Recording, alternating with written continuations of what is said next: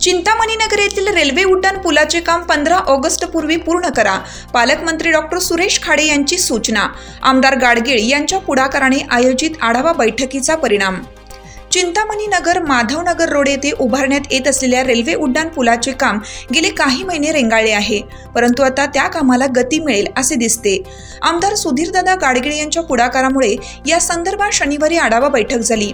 त्या बैठकीत पालकमंत्री डॉक्टर सुरेश भाऊ खाडे यांनी कोणत्याही परिस्थितीत 15 ऑगस्ट पूर्वी पुलाचे काम पूर्ण करावे अशा सूचना संबंधित अधिकाऱ्यांना दिल्या. चिंतामणी नगर येथील उड्डाण पुलाचे काम रेंगाळले, त्यामुळे नागरिकांची प्रचंड गैरसोय होतीये. रोजचे जाणे येणे मुश्किल झालंय. त्यामुळे नागरिकांनी सातत्याने आमदार गाडगीळ यांच्याकडे या पुलाच्या कामाला गती द्या आणि पूल तातडीने पूर्ण करायला सांगा असा आग्रह धरला होता. आमदार गाडगीळ यांनी या पुलाच्या कामाला गती मिळावी यासाठी सातत्याने प्रयत्न सुरू ठेवले होते. त्याचाच एक भाग म्हणून त्यांनी शनिवारी या संदर्भात आढावा बैठक घेण्याची विनंती पालकमंत्री खाडे यांना केली.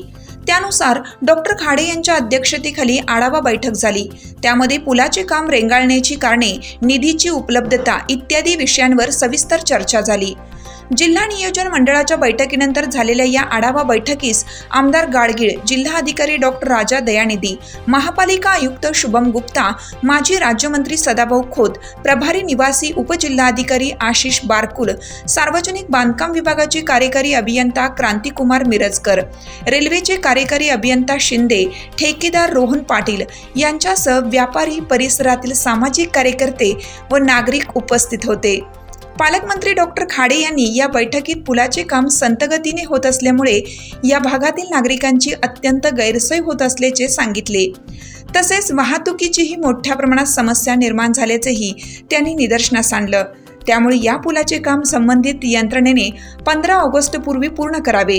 महापालिका आणि सार्वजनिक बांधकाम विभागाने त्यांच्याकडील निधी रेल्वे विभागाला वर्ग करावा, अशा सूचनाही पालकमंत्री खाडे यांनी बैठकीत दिल्या.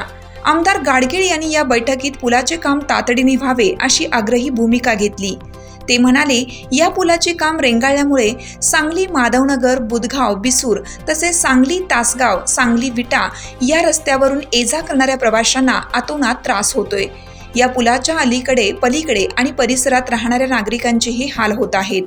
त्यामुळे या पुलाचे बांधकाम तातडीने पूर्ण करावे आणि त्यावरून वाहतूक सुरू करावी अशी नागरिकांची मागणी आहे.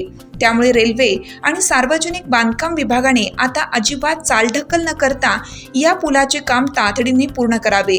पालकमंत्री खाडे यांच्या सूचना तसेच आमदार गाडगीळ यांचा पाठपुरावा यामुळे आता या पुलाच्या कामाला निश्चितच गती येईल अशी चिन्हे दिसत आहेत.